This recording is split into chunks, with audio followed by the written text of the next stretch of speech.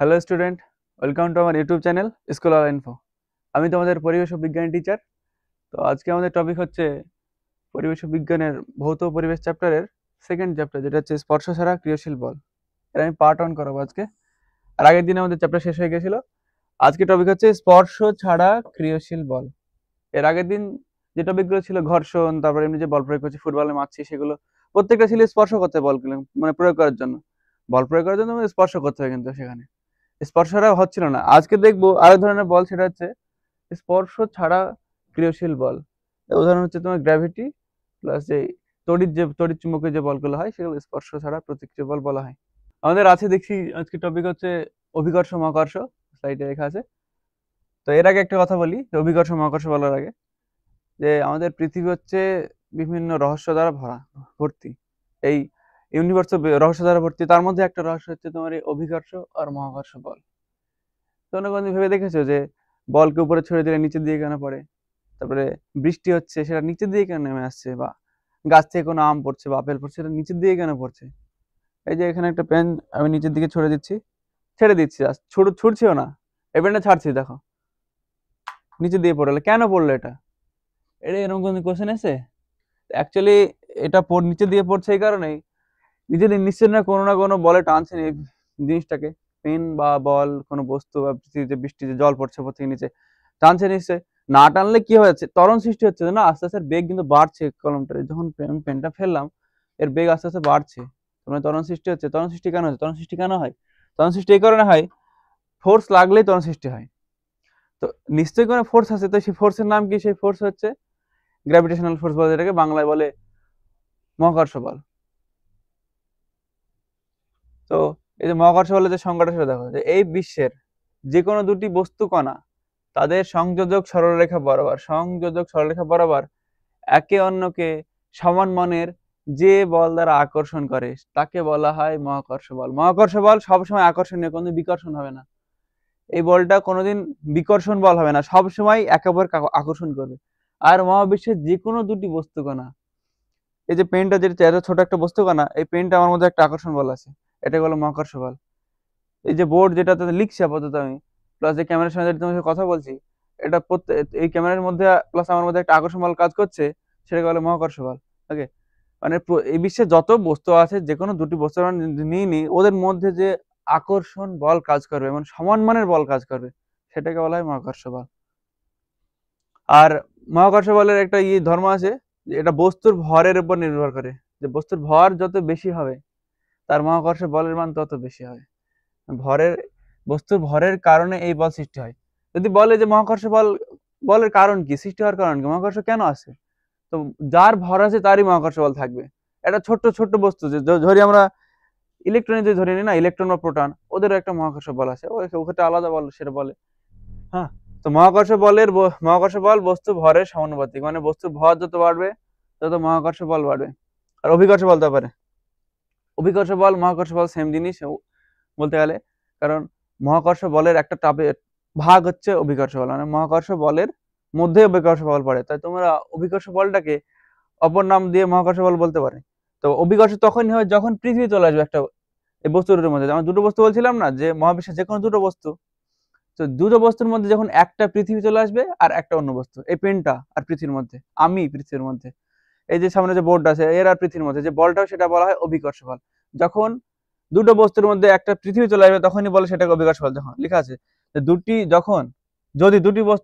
যদি দুটি আকর্ষণকারী বস্তুর মধ্যে একটি পৃথিবী হয়, পৃথিবী, এটা খুব ইম্পর্টেন্ট, পৃথিবী যখনই চলে আসবে সেটা হলো অভিকর্ষ বল, আর পৃথিবী না থাকলেও সেটা মহাকর্ষ বল।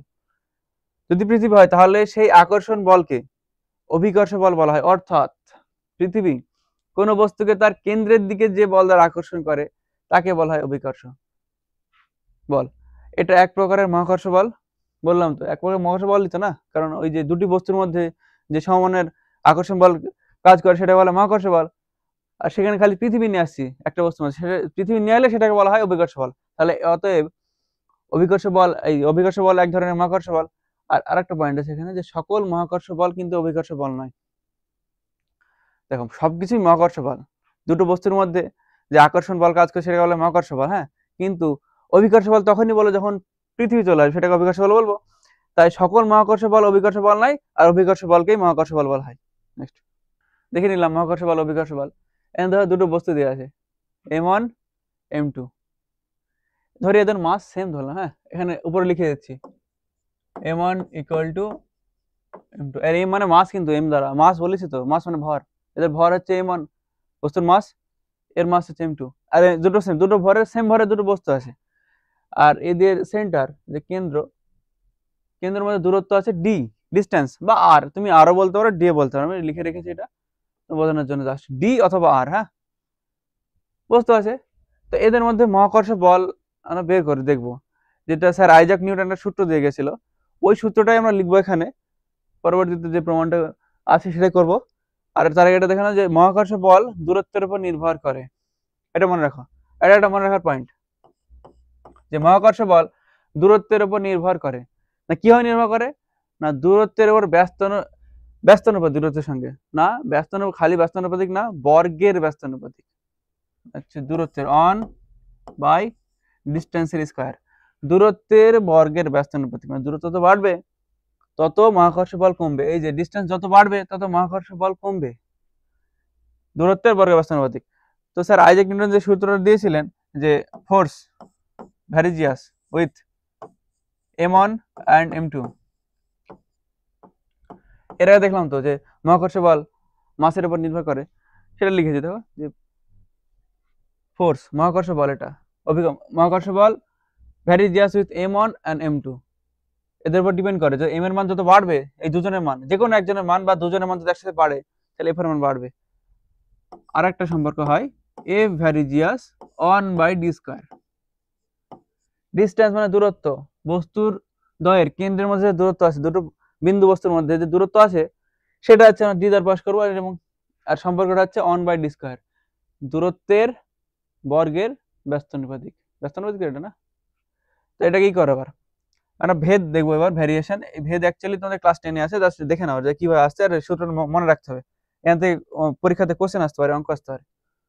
তো হচ্ছে যৌগিক ভেদের একটা সূত্র লাগবে এখানে আমরা, যেটা যোগ করা হয় এইভাবে, যৌগিক ভেদের সূত্র অনুসারে যদি লিখি তাহলে এরকম পাবো, এটা আমরা f ভ্যারিজিয়াস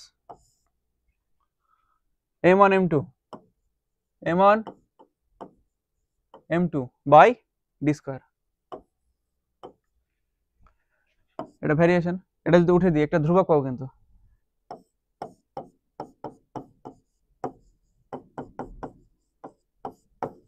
d স্কয়ার, এটা কে লিখেছি দেখো, কে একটা ধ্রুবক, কিন্তু এখানে সূত্র দিয়েছিল স্যার আইজাক নিউটন, তো উনি তখন কে নিয়েছিলেন না, কে এর জায়গায় অন্য একটা ধ্রুবক নিয়েছিলেন, তো ধ্রুবকটা ছিল জি, বড় হাতের জি, এই ধ্রুবকটা তিনি নিয়েছিলেন, আর এটাকে বলা হয় সার্বজনীন মহাকর্ষ ধ্রুবক।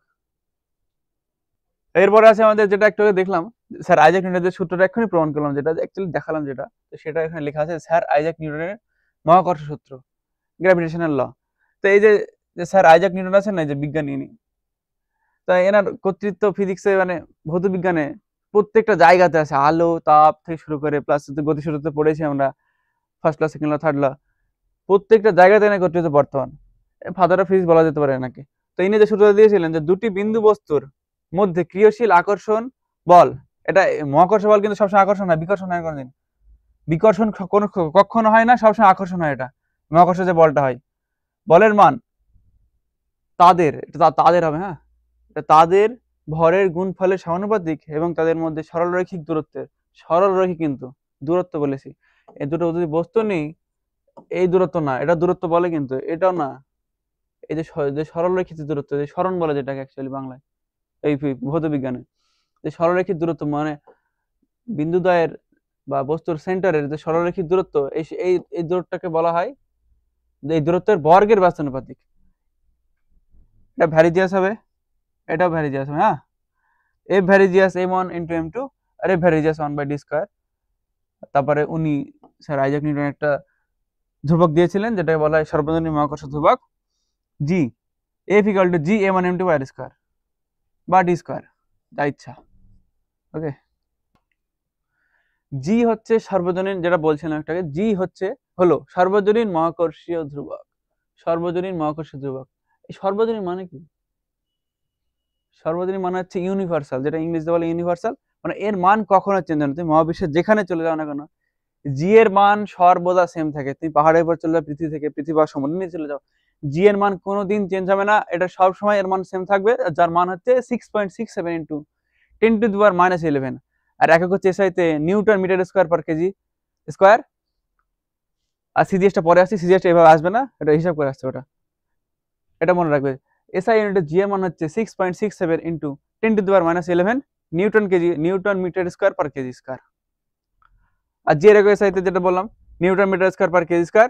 আর এটাকে আরেকভাবে লেখা যায় যে metre cube KG square per second square, এইভাবে লিখতে হয় এটাকে। নিউটন ফোর্স, তো কার একক নিউটন, ফোর্সের একক নিউটন নিশ্চয়ই। তো ফোর্স ইকুয়াল টু কি লেখা যায়, এফ ইকুয়াল টু নিউটন দ্বিতীয় গতি সূত্র, এম ইন্টু এ, মাস ইন্টু ত্বরণ, অ্যাক্সিলারেশন। মাসের কি কত, একক কি লেখা হয়, কেজি লেখা হয়, ইন্টু অ্যাক্সিলারেশন, অ্যাক্সিলারেশন একক কি, metre per second square, metre per second square, per মানে নিচে, নিচে দিলাম সেকেন্ড স্কোয়ার, সেকেন্ড স্কোয়ার। নিউটনের লিখে নিলাম ফোর্সের একক, তারপর লিখো আবার মিটার স্কোয়ার ইন্টু কি পড়ে আছে, নিচে কেজি স্কোয়ার লেখা আছে, নিচে কেজি স্কোয়ার লেখা।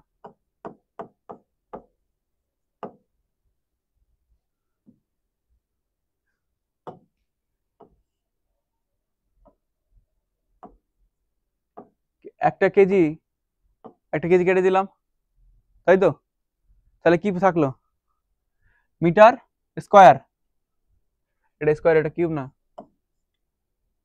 মিটার স্কোয়ার ইন্টু মিটার কি হবে, এরকম হয় না, স্কোয়ার মানে কি, স্কোয়ার মানে কিন্তু এরকম না যে দুটো এম, স্কোয়ার মানে এটা দুটো এম এর গুণফল, এম ইন্টু এম,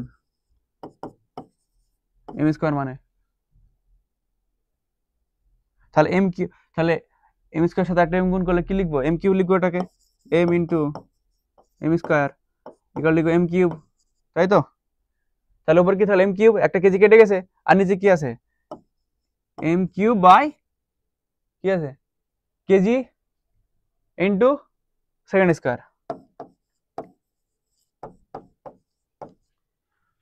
এটা হচ্ছে অপর একক। এসআইতে newton metre square by KG square লেখা হয়, বা এটা লেখা হয় metre cube per by KG into second square. আর এটাকেই যদি আমরা সিজিএসে কনভার্ট করি, মিটারের জায়গায় হবে সেমি, আর কেজি জায়গায় হবে গ্রাম, আর সেকেন্ড তো সেকেন্ডই থাকবে, মিটারের জায়গায় হবে সেমি, কেজি জায়গায় হবে গ্রাম, আর সেকেন্ড সেকেন্ডে থাকবে, তাই লিখেছি দেখো সিজিএসে সেমি cube per gram into second square.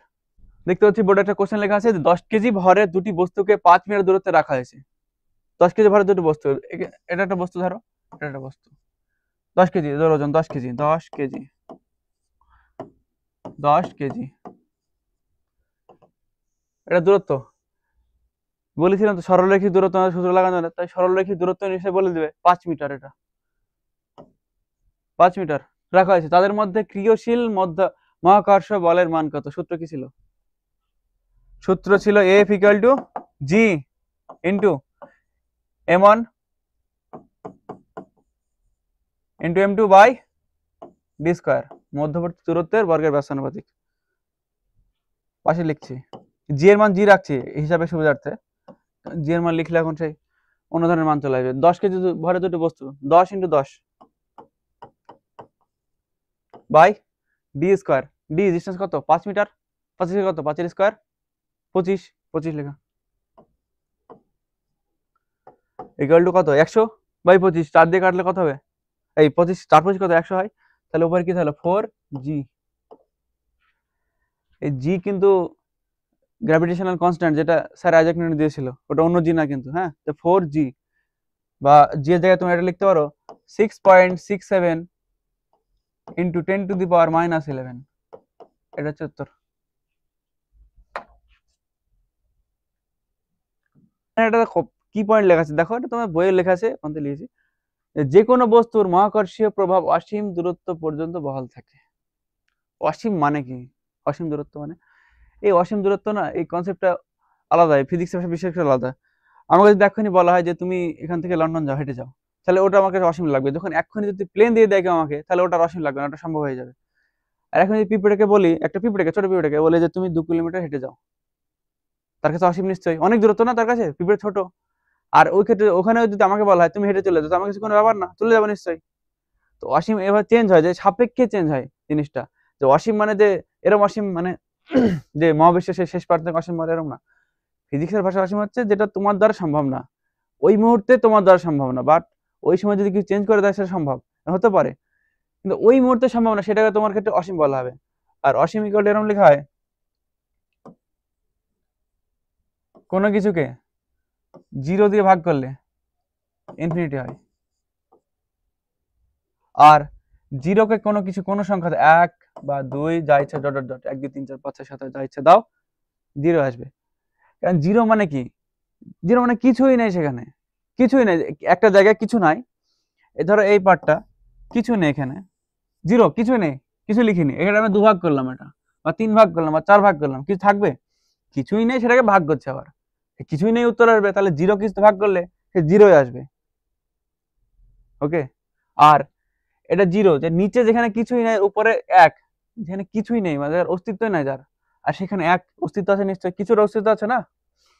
তো এর তুলনায় নিশ্চয়ই ইনফিনিটি টাইম বেশি, প্রচুর, মানে প্রচুরই বেশি। যেখানে কিছুই নেই, যেখানে কিছু আছে তার তুলনায় সেটা অনেকই বেশি, তাই এটাকে কোনো কিছুকে 0 দিয়ে ভাগ করলে সেটা ইনফিনিটি হয়, আর 0 কিছু দিয়ে ভাগ করলে বা গুণ করলে 0 আসে, undefined.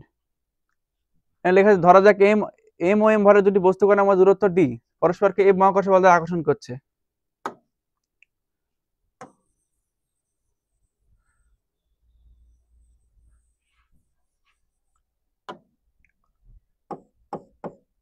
F equal to G m1 into m2 by r square. একটু কি দেখালাম, এটা প্রমাণ করছে যে কোনো বস্তুর মধ্যে মহাকর্ষীয় প্রভাব অসীম দূরত্ব পর্যন্ত বহাল থাকে। এফ এর মান কখন 0 হবে? এখানে এফ এর মান তখন 0 হবে যে জি এর মান 0 হয়ে যায়, মাসের মান 0 হয়ে যায়, বা মাস 2 এর মান 0 হয়ে যায়। তুমি বলো যে কোনো বস্তুর মাস 0 হতে পারে কোনোদিন? এই পৃথিবী যেটা দেখতে পাচ্ছি আমরা সামনে, এই যে এই মার্কারটা দেখছে, যতই কম মাস হোক কিন্তু মাস আছে, কোনো ক্ষেত্রেই m1 m2 কোনোদিনই 0 হবে না। আর জি এর মান তো 0 হবে না, 0 কাছাকাছি হতেই পারে 6.67, এটা 0 না, কিন্তু 0 কাছাকাছি হতে পারে, বাট নট ইকুয়াল টু 0, এটা 0 না। আর m1 m2 কোনোদিন 0 হবে না। তাহলে f কখন 0 হবে? যদি 1/r স্কয়ারের মান 0 হয়, 1/r স্কয়ার ইকুয়াল টু 0 হয়, তাহলে f এর মান 0 হবে। তাহলে এখানে 1/r স্কয়ার মানে কি? এই যে 1/r স্কয়ার মান লিখো নি, যে 1/r এখানে 0 লিখে দাও, 1/r স্কয়ার ইকুয়াল টু 0, কারোর সাথে 0 দিয়ে গুণ করলে কি 0 উত্তর আসে। তো f এর মান তখনই 0 হবে যখন 1/r স্কয়ার মান 0, আর 1/r স্কয়ার মান 0 তখনই হবে যখন r এর মান ইনফিনিটি হবে। r ইকুয়াল টু যখন ইনফিনিটি হয়ে যাবে, এই যেটা উদাহরণ দিলাম একটু আগে ইনফিনিটির, ওই ধরনের ইনফিনিটি, হ্যাঁ, তো ইনফিনিটি তখনই এটার মান 0 হবে। তাই এক্ষেত্রে বলা যায় যে যে কোনো বস্তুর মহাকর্ষীয় প্রভাব অসীম দূরত্ব অবধি বহাল থাকে, কারণ r এর মান ইনফিনিটি হলে f এর মান 0 হবে, তারপর আর f এর মান থাকবেই না, কোনো মানে মহাকর্ষীয় বলের মান থাকবেই না। ওখানে এটা বলা হয়েছে যে অসীম দূরত্ব অবধি বহাল থাকে। হ্যাঁ, আর একটা জিনিস দেখো, পৃথিবী, সূর্য প্লাস চন্দ্র, পৃথিবী চন্দ্রের মধ্যে, সূর্য মঙ্গলের মধ্যে, বুধের মধ্যে যে মহাকর্ষ বল আমরা ক্যালকুলেট করছি, সেটা তো করা সম্ভব না, কারণ নিউটন স্যার কি দিয়ে গেছিল, যে দুটো বিন্দু বস্তুর মধ্যে বলে গেছিল সূত্রটা অ্যাকচুয়ালি, যে F equal to G into m1 m2 by R square, এটা দুটো বিন্দু বস্তুর মধ্যে ক্রিয়াশীল, এই মানে কার্যকারী হয়। তো সেক্ষেত্রে তাহলে পৃথিবী সূর্য তো খুবই বড়, প্রচুরই বড়, পৃথিবী কম বড় নাকি? আর সূর্য তো আরো বড়, 13 লক্ষ গুণ বড় মনে হয়, সরি 13 লক্ষ না, 3 লক্ষ গুণ বড়, 13 লক্ষ গুণ ভারী।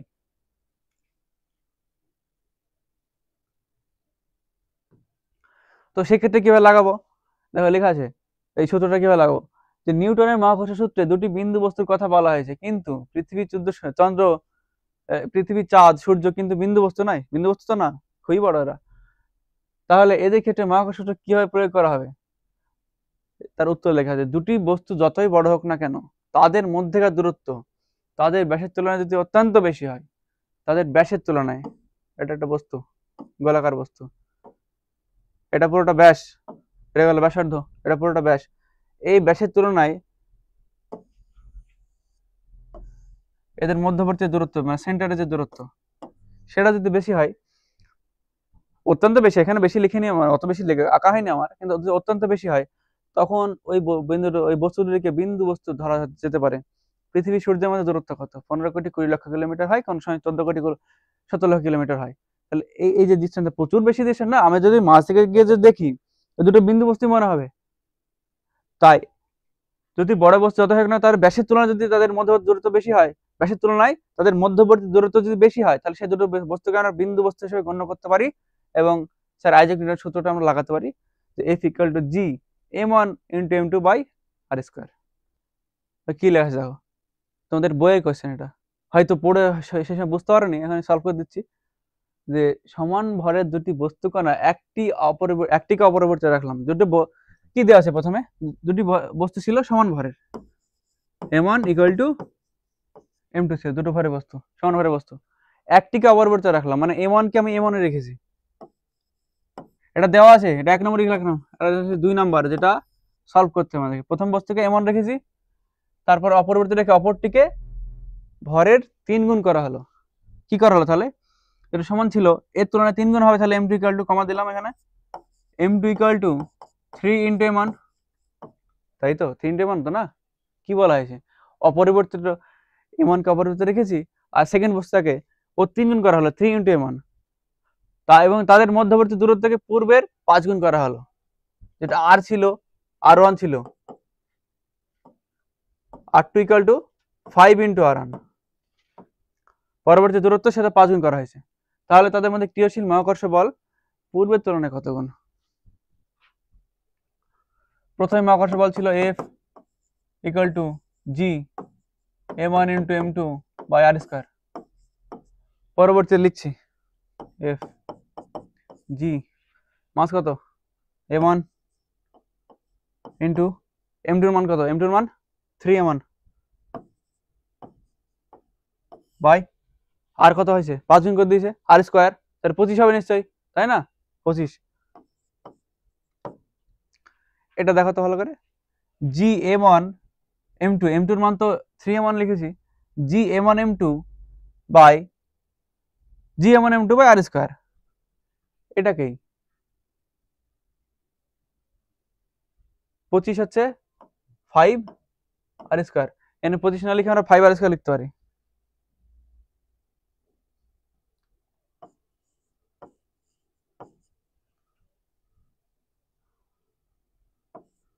না, এবার লিখতে হবে,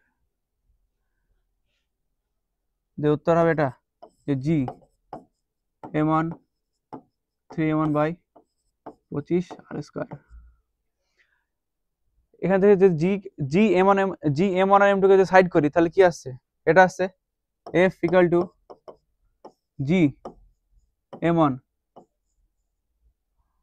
আর ওটাকেই 3m1 লেখা হয়েছে m2 কে, বাই আর স্কোয়ার, আর ইন্টু 3 বাই 25 করতে পারি এটাকে।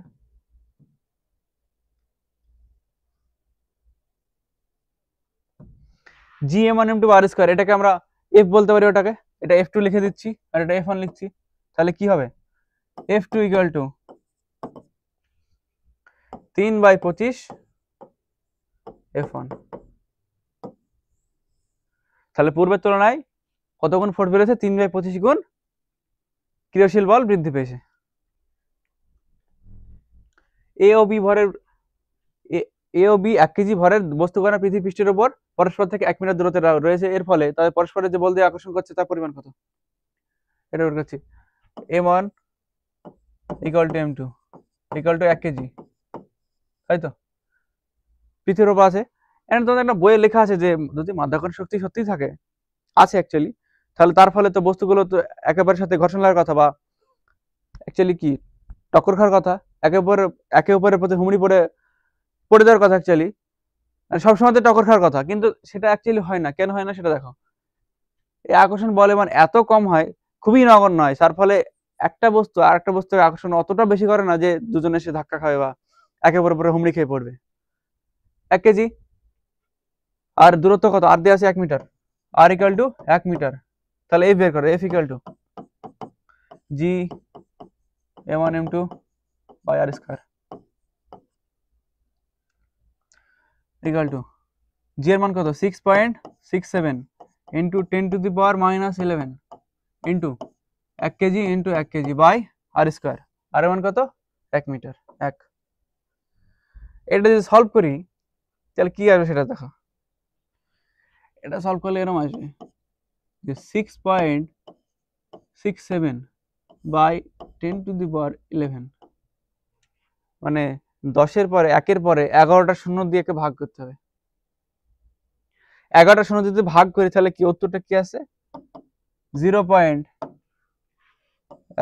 2 3 4 5 6 7 8 9 10 1 2 3 4 5 6 7 8 9 10 10 শূন্য আর দশমিকটা আগে দিয়ে দিতে হবে 6-এর এক ঘর চলে গেল 6-7 এটা হচ্ছে ফোর্স। এটা কতটা ফোর্স এটা 0. একদম 0 লেখা হয়নি কিন্তু প্রায় 0-এর কাছে তো এটা।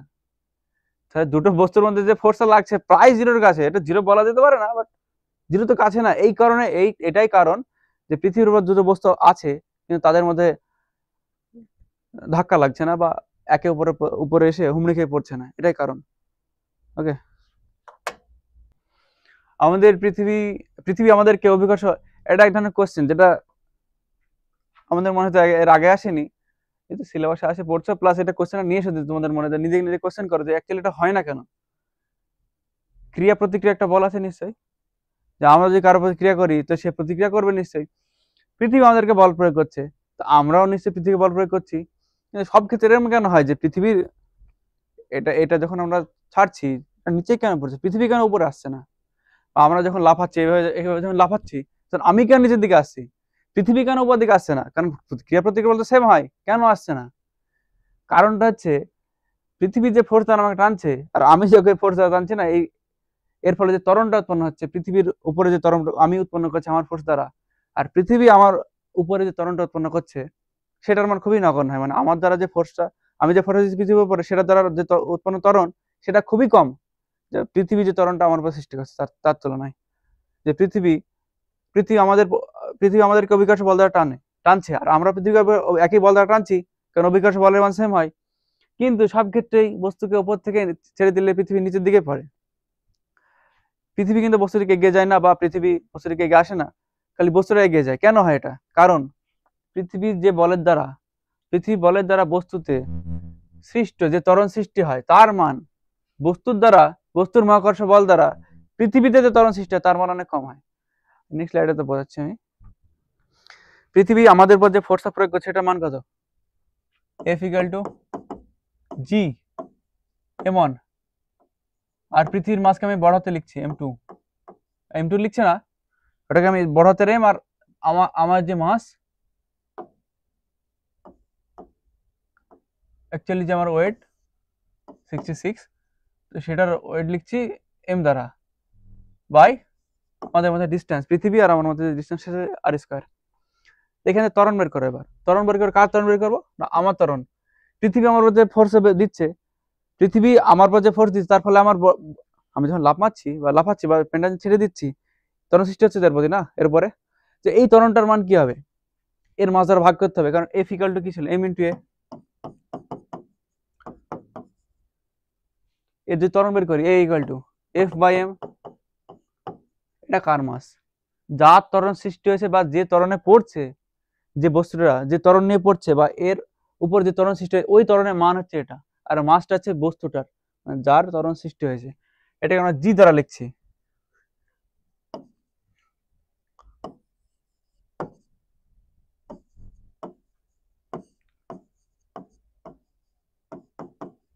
এম দ্বারা ভাগ করে দিলাম, কেটে দাও। জি = জি বড় হাতের m বাই আর স্কয়ার।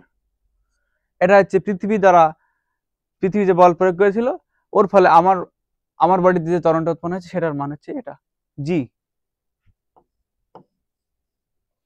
ওকে, এবার আমরা যে বলটা প্রয়োগ করছি সেম বল প্রয়োগ করছি কিন্তু ত্বরণটা কিন্তু আলাদা হচ্ছে, কারণ মাসের কারণে ত্বরণটা হচ্ছে, যে সেই ত্বরণটার মান কত হবে সেটা আমরা এ দ্বারা লিখছি। A = আমরা পৃথিবী ত্বরণ বের করবো, তাহলে পৃথিবীর মাস দিয়ে ভাগ করতে হবে ওটাকে। G into M by R square into পৃথিবীর যে মাস সেটা, কেটে যাচ্ছে,